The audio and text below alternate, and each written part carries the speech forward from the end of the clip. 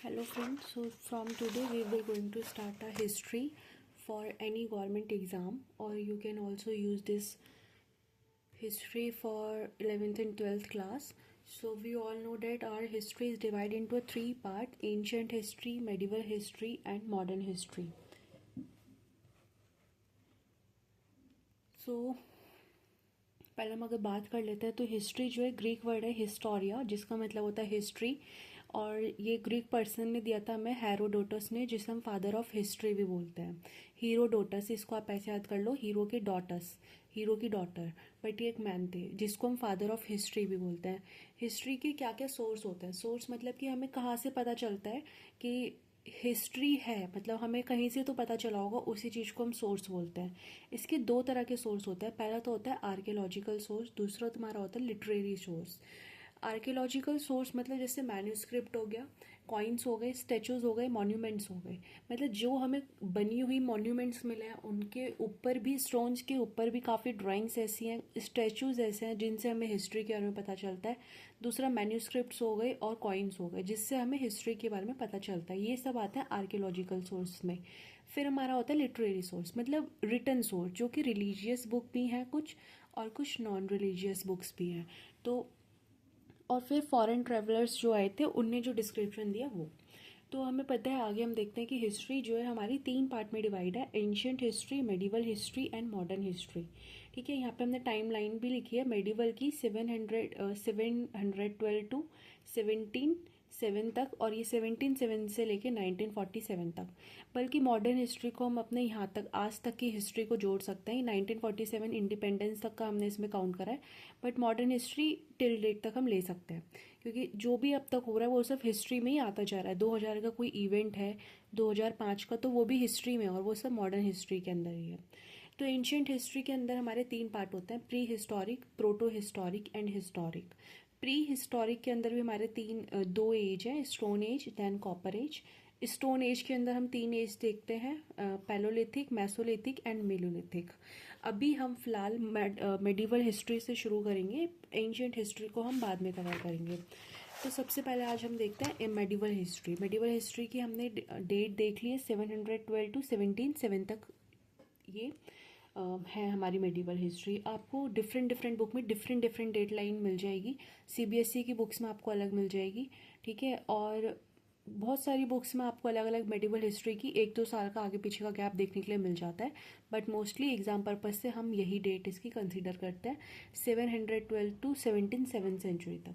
फिर अब इसमें हम मेडिवल हिस्ट्री शुरू करते हैं। मेडिवल हिस्ट्री में क्या था? सबसे पहले हम इस्लाम पढ़ते हैं। इस्लाम के जो होते 5 पिलर्स होते हैं इस्लाम के, एक तो होता है कालम, फिर 5 टाइम नमाज पढ़ना, रमज़ान पढ़ना, और एक हज यात्रा होता है, और एक जाकेत होता है। मतलब ये अगर कोई पर्सन इस्लाम है तो ये उसको 5 बिलीव्स करने ही पड़ेंगे। ये उनके बेसिक पिलर्स थे एक इस्लाम में, है भी, अब भी है। कलाम क्या होता है? इंपॉर्टेंट वर्ड है ये, 1 वर्ड्स में आ जाता है, और पूछ लेगा आपसे कि ये क्या होता है। The person who believe in कलमा नॉन एज मुस्लिम, जो कलमा में बिलीव करे वही मुस्लिम माना जाता है। डेली 5 टाइम आपको नमाज करनी है, रोज़ा होता है इसमें, जो फास्टिंग रखते हैं वो, हज यात्रा होती है, ठीक है। हज यात्रा करनी इंपॉर्टेंट होती है लाइफ में एक बार, और फिर जाकेत होता है। इसका मतलब क्या है? डोनेट करना 25%, 1/4 अपनी सैलरी, पूरी लाइफ की इनकम को सीक्रेटली डोनेट करना। मतलब उसको इतना बताना नहीं किसी को कि हमने डोनेशन करा, डोनेशन करा, सीक्रेटली डोनेट करना होता है। इस्लाम के अगर फाउंडर की बात करें तो हज़रत मोहम्मद साहब थे। उनका बर्थ कब हुआ? 570 में हुआ, मक्का में हुआ। डेथ कब हुई इनकी? मदीना में हुई, 632 में। फाउंडर आप देख लो, ये इनका इतना इंपॉर्टेंट नहीं है। 610 प्लस एनलाइनमेंट इन मेरा केव, 7th सेंचुरी, 6 मक्का मदीना। ये मतलब कब मक्का मदीना का वो हुआ ये बताया हुआ है, और एनलाइनमेंट का उनका है। जो इंपॉर्टेंट होगा उस पर हम ज़्यादा फोकस करते चलेंगे। अब मोहम्मद साहब के जो सक्सेसर थे वो कौन कौन थे? अबू बकरा था, उमा था, उस्मा था, अली थे, ठीक है। खलीफा, पीपल ऑफ पीपल, हज़रत मोहम्मद।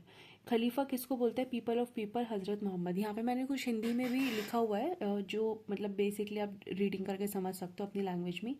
लोगों में डिबेट हुई कि वो पहले अली को मानेंगे। यहाँ मेरी हिंदी में स्पेलिंग्स एरर हो सकती हैं, so try to ignore them. लोगों में ये डिबेट हुई कि पहले लोग अली को मानेंगे मोहम्मद साहब के बाद में, पर कुछ लोग बोलते थे कि वो अब्बू बकरा को मानेंगे। तो लोगों में ना बहुत सारा कॉन्फ्लिक्ट हुआ। तो उसके बाद क्या हुआ कि तो जो अली को मानते थे वो सारे सिन्हा मुस्लिम थे, और जो अब्बू को मानते थे वो सुन्नी मुस्लिम थे। तो इन लोगों में काफ़ी डिबेट हुई थी। सुन्नी मुस्लिम होते हैं, सिया मुस्लिम होते हैं, और दूसरा तुम्हारा सूफ़ी होते हैं। ये 3 टाइप्स के हमारे मुस्लिम हो गए। अब ये जो अभी जो हम देखते हैं कि काफ़ी मुस्लिम सिया होते हैं, कुछ सुन्नी होते हैं। तो जो सिया मुस्लिम्स होते हैं वो किसको मानते हैं? बेसिकली वो मानते हैं, हमारा सिया मुस्लिम मानते हैं अली को, और जो सुन्नी मुस्लिम होते हैं वो किसको मानते हैं? वो मानते हैं अबू बुकरा को। ये सब हम क्यों पढ़ रहे हैं? क्योंकि हम देखेंगे हमारे मेडिवल हिस्ट्री में जो रूल करा ना वो मुस्लिम लोगों ने करा, मुस्लिम फाउंडर्स ने करा। तो इसलिए ही हम मुस्लिम्स का पढ़ रहे हैं कि बेसिकली मुस्लिम में होता क्या क्या है, क्या नहीं होता है। क्योंकि वो 1 वर्ड्स में भी आपसे पूछ सकता है कि सुन्नी मुस्लिम किसको मानता है, सिया मुस्लिम किसको मानता है। इसलिए अब हम देखते हैं Arabian invention. Arabian invention in India, सबसे पहला इन्वेंशन इंडिया में किसने करा? अरेबियन इन्वेंशन ने, मोहम्मद बिन कासिम। ठीक है, ये ही was first Muslim who invade India, क्योंकि ये पहले मुस्लिम थे जो इंडिया आए। कौन? मोहम्मद बिन कासिम। तो मोहम्मद बिन कासिम हमारे सबसे पहले इंडिया आए। ठीक है, 8th सेंचुरी में आए। He attack Sindh and defeated Dahir ruler. इनने आते ही सिंध पर अटैक करा और किसको हराया? दाहिर के रूलर को हराया, जो कि हिंदू रूलर थे। He was first Muslim who applied jizya. अब बहुत इंपॉर्टेंट क्वेश्चन है कि सबसे पहले जजिया किसने अप्लाई करा? टैक्स पे, जो कि नॉन मुस्लिम पे करते थे। मतलब अगर आप हिंदू हो, क्रिश्चियन हो, कोई भी और हो मुस्लिम के अलावा, तो आपको जजिया पे करना पड़ेगा। जजिया में होता क्या था? आपको अपनी पूरी इनकम का या तो 2/3 या फिर 0.5% देना पड़ता था। ठीक है, पहले कौन आए? मोहम्मद कासिम आए। ये मुस्लिम रूलर थे। इनने आते ही सिंधु पर अटैक करा और attacked Sindh and defeated Dahir ruler को इन्हें हराया, जो कि हिंदू रूलर थे। ठीक है, फर्स्ट इन्वेडर वैसे सिकंदर भी बोल देते हैं हम, फर्स्ट इन्वेडर जो थे। ठीक है, तो फर्स्ट मुस्लिम हु अप्लाइड, इनने जजिया पे करा। जजिया क्या था कि नॉन मुस्लिम जो है वो पैसे देंगे अब रहने के अपने एरिया में ही। फिर इनने अरेबियन, ये अपने संग लाए क्या क्या थे? ये अरेबियन हॉर्स लाए थे अपने संग में, गोल्डन कॉइन लाए थे जिसको हम बोलते हैं दिरहान कॉइन्स, दिरहम कॉइन्स। और स्टार्ट हार्वेस्टिंग, डेट्स की हार्वेस्टिंग भी इनने शुरू करी थी सिंध में। कैमल की हस्बेंड्री इनने शुरू करी थी। वर्ड मॉनसून जो है ये भी इनने करा। एटलस का गेम भी ये लाया अपने संग। 2 बुक है इनकी। ठीक है, पंचरत्रा जो कि काली व दिमन ने रिटर्न करी थी। ठीक है, ये थे हमारा मोहम्मद बिन कासिम के बारे में। इसमें हम इतना याद रखेंगे तो भी इनफ है कि ये पहले रूलर थे जो इंडिया में आए। दूसरा, इनने क्या जजिया किन्ने इन्वेंट करा, अप्लाई करा? इनने करा। जजिया था क्या कि आपको इतना नॉन मुस्लिम को इतना अपना 0.5% सैलरी का देना पड़ेगा। दूसरा, ये अपने संग अरेबियन घोड़े लाए। फिर इनने कॉइन्स, कौन से? गोल्डन कॉइन्स करे, दी दीरहाम कॉइन्स। ठीक है, फिर इनने हार्वेस्टिंग डेट्स की इनने शुरू करी। कैमल हस्बेंड्री इनने शुरू करी। मॉनसून का वर्ड भी यही लाए। तो मोहम्मद बिन कासिम के बाद कौन आता है हमारे पास? ये कौन से थे हमारे? हमने देखा ये थे अरेबियन थे ये। फिर आता है टर्किश इन्वेंशन 11th सेंचुरी में। और ये कौन सी सेंचुरी में आए थे? हमारे 8th सेंचुरी में। 11th सेंचुरी में आते हैं हमारे मोहम्मद महमूद गजनवी। ठीक है, इनके बारे में आपने सबने ही सुना होगा, या आपको ऐसा नहीं लग रहा होगा आपने फर्स्ट टाइम नाम सुना है। महमूद गजनवी 1027 तक इनका रूल रहा था। ये कहाँ से आए थे? ये आए थे अफगानिस्तान से। Came from Afghanistan city, Ghazni city से आए थे ये। ठीक है, ये कब तक रहे? इनने ना इंडिया पे इतने इन्वेंशन करे, इतने इन्वेंशन करे, 27 साल में इनने 17 इन्वेंशन करे। His main target was to destroy statue and that's why he is known as destroyer of statue. Mahmud Ghaznavi का जो मेन टारगेट था वो था कि स्टैचुओं को तोड़ो, सिर्फ स्टैचू तोड़ो, और इसलिए ही इनको डिस्ट्रॉयर ऑफ स्टैचू के नाम से भी जाना जाता है। ठीक है, ये बहुत इंपॉर्टेंट है कि डिस्ट्रॉयर ऑफ स्टैचू किसको बोलते हैं? तो महमूद गजनवी को बोलते हैं। ये गजनवी इसलिए क्योंकि गजनी शहर से आए थे अफगानिस्तान में से। अब इनने 17 इन्वेंशन करे। अब उनकी जो इम्पॉर्टेंट इन्वेंशन हम उनको देखते हैं। 1001 में सबसे पहले इन्हें जयपाल को हराया बैटल ऑफ वारीहन में। ठीक है, तो इनने सबसे पहले किसको हराया, वार हिंद में जयपाल को हराया। सेकंड बैटल में वो किसको हराते हैं, 8 साल बाद में, he defeated Anand Pal son of Jaipal, Jaipal का बेटा होता है आनंद पाल, वो उसको हराते हैं सेकंड बैटल ऑफ वारी हिंद में। ठीक है, फर्स्ट में इन्होंने हराया जयपाल को, फिर हराया आनंद पाल को। किसने हराया, महमूद गजनवी ने। फिर 1014 जो इम्पॉर्टेंट है, ये अटैक करते हैं महादेव के टेम्पल में इन थानेसर हरियाणा में। ठीक है, पर होता क्या है, ये वहाँ पे हरियाणा में जाते हैं और वहाँ के महादेव के टेम्पल पे अटैक कर देते हैं। ये डिस्ट्रॉय कर देते हैं स्टेचू को, लॉर्ड कृष्णा का। उस महादेव जी के टेम्पल में हमारा लॉर्ड कृष्णा का स्टेचू था, जिसको वो डिस्ट्रॉय कर देते हैं। फिर 1025 में क्या करते हैं, ये सोमनाथ में जाते हैं, वहाँ पे गुजरात के रूलर हैं भीमवन, उनको ये वहाँ पर अटैक करता है। ये इनका 16th अटैक होता है। ठीक है, फिर ये लास्ट अटैक करते हैं ऑन जाट्स पे 1027 में। जब ये यहाँ से जा रहे थे तो रास्ते में इनको जाट लोग जो है पूरी कम्युनिटी इनको रोकती है, और वहाँ से उनको सोना वोना जो भी लेकर जा रहे थे उसको भी वो रोक लेते हैं, और मतलब जाट लोग जो है ये सब पूरी कम्युनिटी ये इसको रोकती है और इनको भेज देते हैं वापस। ये चले जाते हैं अपना गजनी, और ये उनकी वहीं पर फिर डेथ हो जाती है। तो लास्ट अटैक इनका कहाँ था, सोमनाथ पर था। उससे पहले ये वो ये कौन थे, ये इतना हमने इनके अटैक देख लिए जो जो इनके इंपॉर्टेंट थे, कि आते हैं 1001 में ये जयपाल पर अटैक करते हैं, फिर आनंद पाल पर अटैक करते हैं 8 साल बाद। ठीक है, 7 साल बाद वारी हिंद जो नाम से जाना जाता है। फिर ये जाते हैं सोमनाथ, सोमनाथ से जब आते हैं तो फिर इनको पकड़ लिया जाता है, फिर ये इनको वापस गजनी भेज दिया जाता है। सोमनाथ से पहले ये एक हरियाणा में डिस्ट्रॉय करते हैं स्टैचू ऑफ लॉर्ड कृष्णा को। ठीक है, लॉर्ड कृष्णा के स्टैचू को। फिर he was first Muslim who took title of sultan and ghazi, ये पहले मुस्लिम थे जिनने टाइटल लिया। मुस्लिम तो ये भी थे जो ये हमारे आए थे, मोहम्मद बिन कासिम भी मुस्लिम ही थे, बट इनने टाइटल लिया था फर्स्ट मुस्लिम का एंड गाजी का। ठीक है, फेमस राइटर इनके एल्बरूनी थे जिनने किताबुल हिंद और ये फिरादुसाई थे, ये दो इनकी फेमस राइटर थे और इनकी बुक लिखी गई थी। ठीक है, नेक्स्ट हम देखते हैं मोहम्मद गौरी। अभी हमने क्या देखा, मोहम्मद महमूद गजनवी, अब आते हैं गौरी। ये भी टर्किश के ही इन्वेंशन है, ये भी हमारे टर्किश के ही थे, ये भी हमारे टर्किश के ही हैं। अब मोहम्मद गौरी क्या करते हैं, 1175 से लेकर 1206 तक ये रूल करते हैं। ये कहाँ से आते हैं, गजनी से आते हैं, ये भी वहीं से आता है। ये आते ही अटैक करते हैं गुजरात पर, भीम टू रूलर पर। ठीक है, उस टाइम भीम टू रूलर थे गुजरात के 1178 में। 1178 में he Bhim two defeated Mohammad Ghori in Mount Abu Rajasthan. Bhim to क्या करता है, इनको हरा देते हैं, महमूद गौरी को कहाँ पर हराता है, राजस्थान में। That was his first defect, ये इनकी पहली हार होती है। 1705 में ये आए, 1708 तक ये आकर स्टे करते थे।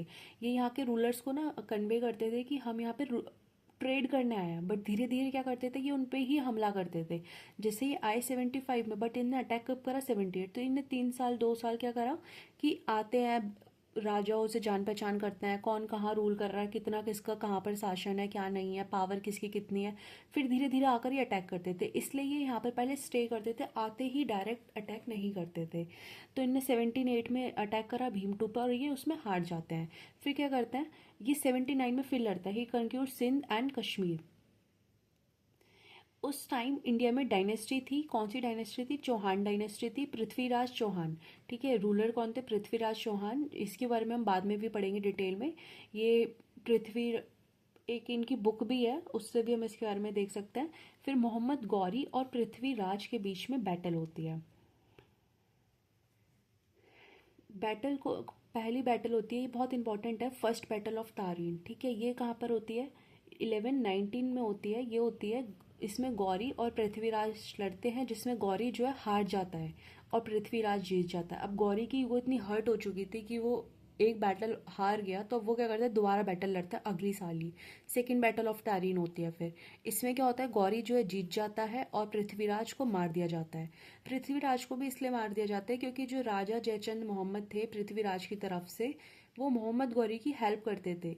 उनने मोहम्मद गौरी की हेल्प करी, उनने उसको बताया कि पृथ्वीराज को कैसे मारना है कैसे नहीं मारना है। अगर वो मोहम्मद गौरी राजा जयचंद उनकी हेल्प नहीं करते तो पृथ्वीराज भी नहीं मरते, मतलब उनके अपने ही आर्मी के पर्सन ने उनके खिलाफ जाकर मोहम्मद गौरी की हेल्प करी।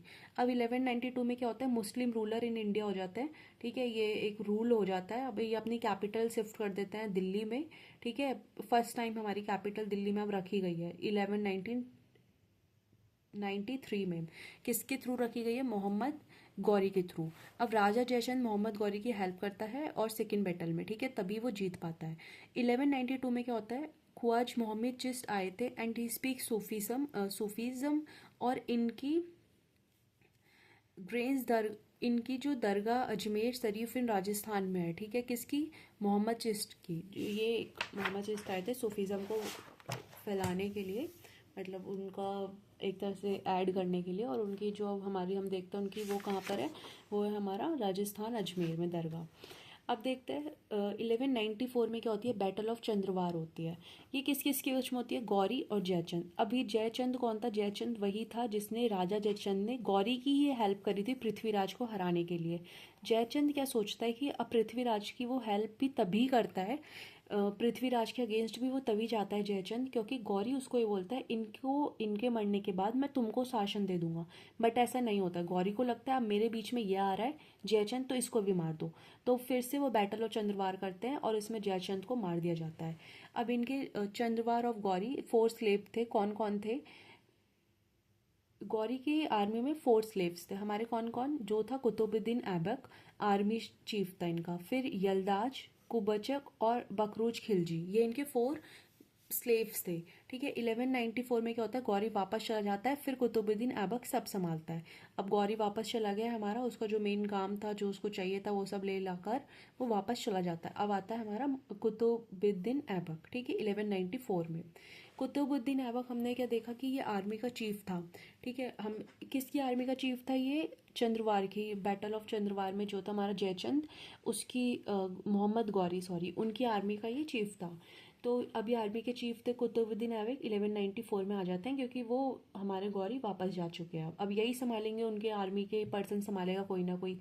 तो ये क्या करते हैं, इनके गुरु कौन थे, कुतुबुद्दीन ऐबक के गुरु थे कुतुबुद्दीन बख्तियार अल काकी, ये इनके गुरु थे। और इनके गुरु के लिए कुतुबुद्दीन ऐबक ने कुतुब मीनार बनाई। ठीक है, बाद में उस कुतुब मीनार को बनाते बनाते इनकी डेथ हो जाती है और फिर उसको इल्तुतमिश संभालते हैं। फिर मतलब उसको धीरे धीरे करके और लोग संभालते हैं। कुतुब मीनार की जो नींव रखी थी वो ऐबक ने रखी थी सबसे पहले। फिर वो गुरु के लिए उनने अपने किसके लिए रखी थी, गुरु के लिए रखी थी। गुरु के ही नाम से रखी, कुतुब से आप याद रखो, कुतुब उनके गुरु थे, उससे ही कुतुब मीनार रखा गया है। ठीक है, उसके बाद उनकी डेथ हो गई थी। फिर उसको कंप्लीट करते हैं इल्तुतमिश। इल्तुतमिश ने कंप्लीट करवाया था, जो कि ऐबक के डॉटर इन लॉ थे, मतलब उनकी बेटी से शादी हुई थी इल्तुतमिश की। और कुतुबुद्दीन के बाद देखेंगे हम इल्तुतमिश ही आते हैं, तो उनने उसे कंप्लीट कराया। ठीक है, फिर हम देखते हैं फिर फिरोज शाह तुगलक, इसकी थर्ड नींव मतलब इसकी तीसरी मंजिल को कंप्लीट कराते हैं, वो फ्लोर वाइज में है इसलिए। फिर आते हैं हमारे रखवाई थी इनने फिरोज शाह तुगलक ने, और 4th सिकंदर लोधी आते हैं जो इसको रिनोवेट कराते हैं फिर से। अब तक हमने देखा कि हमारे महमूद गौरी आए, फिर महमूद गजनी आए, और उसके बाद हमारा महमूद गजनी के बाद गजनी आए, गौरी आए। ठीक है, और उसके बाद हमारे कुतुबुद्दीन ऐबक आता है। अब हमने यहाँ पर क्या देखा था कि महमूद गौरी ने कैपिटल बना दी थी दिल्ली में ही। ठीक है, ये हमारे टर्किश इन्वेंशन है। और अगर हम बात करें अरेबियन इन्वेंशन की, तो वो मोहम्मद बिन कासिम था, याद रखना ये। फिर टर्किश में सबसे पहले आता है गजनी, फिर आता है गौरी। गौरी ने दिल्ली में अपनी आकर कैपिटल शिफ्ट करा दी थी। गौरी वापस चला जाता है पृथ्वीराज से लड़ाकर, जयचंद से भी लड़कर, और इनको मार भी देता है गौरी, और फिर वो वापस चला जाता है। फिर आता है कुतुबुद्दीन ऐबक। अब दिल्ली में नींव किसने रखी उसकी कैपिटल की, हमारी इसने रखी थी महमूद गौरी ने। बट अभी तक सिर्फ रखी गई थी, इतना ऑफिशियली कुछ हुआ नहीं था। अब दिल्ली सुल्तानेट, अब मेन दिल्ली के ऊपर चलेगा राज। ठीक है, जो कि स्लेव डायनेस्टी बन जाती है। स्लेव डायनेस्टी इसलिए बोला जा रहा है क्योंकि कुतुबुद्दीन ऐबक जो थे स्लेव थे किसके, महमूद गजनी के। ठीक है, ये गजनी के ही गौरी के ही स्लेव थे कुतुबुद्दीन ऐबक, स्लेव। अब यही स्लेव जो है राज करेंगी, तो इसलिए स्लेव डायनेस्टी बोला जाता है। अब स्लेव डायनेस्टी में सबसे पहले आता है कुतुबुद्दीन ऐबक। ऐबक ने कब से कब तक रूल करा हमारा, 26 से लेकर 1526 तक, काफ़ी लंबा रूल करा है। सॉरी, वो तो दिल्ली सुल्तान का है। अगर हम कुतुबुद्दीन ऐबक का देखें तो ये 16 से 10 तक इनने हमारा रूल करा। अब ये क्या करता है, कैपिटल बनाता है। फाउंडर इसके स्लेव डायनेस्टी के फाउंडर होता है कुतुबुद्दीन ऐबक। और कैपिटल कहाँ बनाते हैं, अपनी लाहौर में कैपिटल बनाता है। इनको हम गॉड ऑफ मून भी बोलते हैं। टाइटल क्या था इनका, लाख बख्शा, मतलब cause he donate lakh of rupees. ये काफ़ी दयालु टाइप थे, ये काफ़ी रुपीज़ डोनेट करते थे। ये कभी अपने सिंहासन पर नहीं बैठे हैं। Iltutmish his son in law थे, ठीक है। इल्तुतमिश के ने इनकी बेटी से शादी करी थी। 1210 में while playing polo he died. Polo खेलते टाइम ये मर जाते हैं। इनका टोम कहाँ है, लाहौर में है। मकबरा इनका जो है, राइट। और इनकी जो बुक लिखी गई है वो किसने लिखी है, इनकी राइटर कौन थे, हसान उन नाजिम एंड फ़खरुद्दीन, इनके दो राइटर थे, ठीक है। ये also known as Mamluk dynasty भी जाना जाता है, ये स्लेव डायनेस्टी को बोलता है। कुतुबुद्दीन ऐबक ने हमारा 4 साल रूल करा था। दिल्ली सुल्तानेट का काफ़ी लंबा रूल है, वो गलती से कुतुबुद्दीन ऐबक के लिए मैंने बोल दिया था। तो आपको याद रखना, इनने कैपिटल अपनी लाहौर में शिफ्ट कर ली थी। उस टाइम तो इंडिया पूरा एक ही था, लाहौर पाकिस्तान सब हमारा ही था। तो उस टाइम उनने अपनी कैपिटल लाहौर में शिफ्ट करी। गॉड ऑफ मून भी इनको बोलते हैं, कभी सिंहासन पे नहीं बैठे। लक बख्शा का किसको टाइटल मिला था, कुतुबुद्दीन ऐबक को। क्यों मिला, क्योंकि वो लाखों रुपए डोनेट करते थे, ठीक है। और ये पोलो खेलते में इनकी डेथ हो गई थी। फिर ये लास्ट हम पढ़ लेते हैं इल्तुतमिश, इसके बाद हम नेक्स्ट पार्ट में कंटिन्यू करेंगे। 1211 में क्या होता है, लड़ाई होती है आरम शाह और इल्तुतमिश की, फॉर सीट के लिए। आरम शाह, अब आप देखोगे आरम शाह हम आगे देखते हैं कौन थे। आरम शाह और इल्तुतमिश के लिए लड़ाई होती है, ठीक है। फॉर सीट, बैटल ऑफ जुद होता है इनके लिए। Iltutmish killed Aram Shah and became ruler of Delhi. Iltutmish Aram Shah को मार देता है और अपनी बैटल जीत जाता है। इल्तुतमिश आता है 1211 से 36 तक। ये एक्चुअल फाउंडर बोले जाते हैं दिल्ली सुल्तानेट के, ठीक है। फर्स्ट सुल्तान ऑफ मदिया, he was first official sultan. क्योंकि इनको जो टाइटल मिला था ना सुल्तान का, वो मदिया के खलीफा से मिला था, इसलिए ये ऑफिशियल सुल्तान थे दिल्ली के इल्तुतमिश।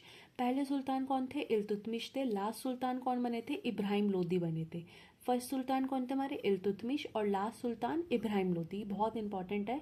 ऑफिशियल सुल्तान की बात कर रहा है। टाइटल लोगों ने खुद से आकर तो बहुत लिया। हमने पहले भी देखा कि हमारा इनने भी टाइटल लिया था। किनने लिया था टाइटल, इन मोहम्मद बिन कासिम ने भी आकर टाइटल लिया था, ठीक है। दूसरा, मतलब लोग टाइटल तो आकर ले लेते थे, खुद ही लेते थे वो टाइटल अपने उससे ही, उनको कोई देता नहीं था टाइटल, ठीक है। बट इल्तुतमिश का क्या था कि इल्तुतमिश ने ऑफिशियल टाइटल मिला था इनको। इनने आकर बैटल ऑफ टेरिन करी। पहली बैटल हम देख चुके, अब थर्ड बैटल टेरिन होती है। इल्तुतमिश इसमें जीत जाता है, यल्दूज इसमें हार जाता है। 1215 से लेकर 16 तक होती है ये। 1221 में क्या होता है, invention of Genghis Khan. Genghis Khan का इन्वेंशन होता है, ठीक है। और इनकी मरते कब है गेंगिस खान, 1227 AD में मरते हैं। इनका एक्चुअल नेम क्या था, तुतमुचिन था, ठीक है। 1221 भी बोल देते हैं, 1219 भी बोलते हैं काफ़ी लोग कि ये 1219 में आए थे। अब गेंगिस खान, इंपॉर्टेंट क्वेश्चन बनता है कि गेंगिस खान किसके रूल में आए थे, इल्तुतमिश के रूल में आए थे, तो आपको ये याद रखना है। फिर सिल्वर, इल्तुतमिश ने हमारे सिल्वर के कॉइन्स को वो करा, ठीक है, जिसको हम बोलते हैं टांका या टाका बोलता है। फिर इन्होंने कॉपर कॉइन भी लॉन्च करे, जिसको हम बोलते हैं जूटन। सिल्वर को बोलता है टांका या टाका, और कॉपर को बोलते हैं जूतल। Iltutmish started the system of Turkan e Chahalgani Dal Chalisa. Iltutmish ने ना 40 मैन की आर्मी शुरू करी थी। मतलब इनने एक ऑफिशियल आर्मी बनाई थी अपने अंदर, मतलब एक आर्मी बनाई थी प्रोफेशनल। अब तक सबकी आर्मी थी, बट कुछ ऐसा नहीं था कि, मतलब कुछ प्रोफेशनल नहीं था। वहाँ ये था कि काफ़ी लोग हैं, वो आर्मी हो गई। पर इनकी दल चालीसा बनी। दल चालीसा का ही मतलब है कि 40 लोग की आर्मी बनना। ये बहुत ही स्ट्रॉन्ग इसमें आर्मी में लोग थे और काफ़ी प्रोफेशनल लोग थे। इनने आकर इक्ता सिस्टम शुरू करा। इक्ता सिस्टम क्या होता है, जो वॉर के बाद जीतते हैं उसको आपस में डिस्ट्रीब्यूट करना। मतलब ये कहीं लड़ने गए, वहाँ से सामान लाए, जीत कर ये नहीं करते थे खुद रखना, उसको डिस्ट्रीब्यूट कराते थे। फिर इक्ता सिस्टम के अंदर था इक्तेदार, जो इसको संभालता था। इक्ता सिस्टम संभालने के लिए कोई चाहिए तो इन्हें पोजीशन दे दी, सबको इक्तेदार बना दिया, ठीक है, जो इसको संभालेगा इक्ता सिस्टम को। इक्तेदारी कौन होता था, जो टैक्स कलेक्ट करता था।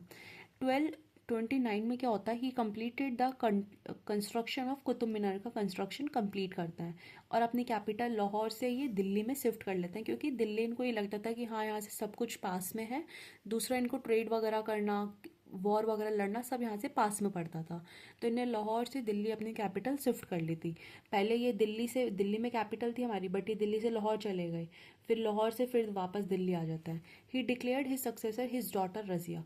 इनके बेटे थे 4, बट वो ये मानते थे कि इनके चारों बेटे इतने पावरफुल नहीं है, मतलब इतना वो उनमें बिलीव नहीं करते थे कि वो इनकी कुर्सी को संभाल लेंगे।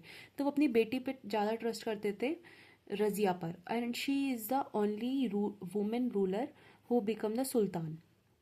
तो रजिया एक अकेली ऐसे थी जो सुल्तान बनी है। बाकी ये अपनी बेटी को अपना सक्सेसर बताकर जाते हैं कि मतलब मेरी डेथ के बाद रजिया जो है वो मेरी कुर्सी पर बैठेगी। इन 1236 इल्तुतमिश मरते हैं और कुतुब मीनार कॉम्प्लेक्स, इनकी जो ग्रेव है कुतुब मीनार कॉम्प्लेक्स दिल्ली में ही है। वजीर पीएम निज़ार उल मुल्क, बट रजिया नहीं सीट पर बैठती है। होता क्या है, रजिया सीट पर नहीं बैठती है, उसका बड़ा बेटा फोर्सफुली सीट पर बैठ जाता है। बहुत रजिया दिल्ली मतलब बट रजिया जो है ना दिल्ली के लोगों से रेड क्लॉथ में हेल्प मांगती है और फिर वो सुल्तान बन जाती है। होता है क्या है कि वहाँ उस टाइम का एक रूल था, अगर आपको हेल्प चाहिए तो आप रेड क्लॉथ पहनो, अपने आप को कवर करो पूरा और आप जाके प्रोटेस्ट वगैरह करना शुरू कर दो, आपको हेल्प मिल जाएगी। ऐसा एक रूल टाइप था। तो होता क्या है, जब उसके वो मर जाते हैं फादर रजिया के, तो उनका बड़ा बेटा जो है फोर्सफुली कुर्सी पर बैठ जाता है, रजिया को नहीं बैठने देता है। बट रजिया लास्ट में आके अपनी प्लेस ले लेती है। ठीक है, अभी हम देखते हैं रजिया सुल्तान। नेक्स्ट पार्ट में हम इसको रीड कंटिन्यू करेंगे। अभी हमारी वीडियो ऑलरेडी 25 मिनट्स की हो गई है, तो अभी इसको हम यहीं पर स्टॉप करते हैं। अब ज़्यादा नहीं है, हमारा दिल्ली सुल्तानेट ख़त्म हो जाएगा। इसके हम 2-3 पार्ट निकालेंगे मेडिवल हिस्ट्री के। इसके बाद एंशियंट करेंगे। एंशियंट हमने अभी इसलिए नहीं करी है क्योंकि एंशियंट शुरू में थोड़ी बोरिंग हो जाती है। दूसरा, एंशियंट से ज़्यादा इंपॉर्टेंट मेडिवल है, देन मॉडर्न है, फिर एंशियंट पर आते हैं हम। मॉडर्न तो बहुत ही इंपॉर्टेंट है, मतलब मॉडर्न से तो बहुत ही क्वेश्चंस आते हैं हर एक एग्ज़ाम में, मोस्टली एसएससी के एग्ज़ाम्स में। फिर मेडिवल है, फिर एंशियंट है। तो एंशियंट इसके बाद हम कवर करेंगे, देन हम मॉडर्न पे स्विच करेंगे। तो अभी आज के लिए हम इतना रखते हैं, आगे के पार्ट्स हम कल अपलोड करेंगे। Thank you. Like, share, comment and subscribe.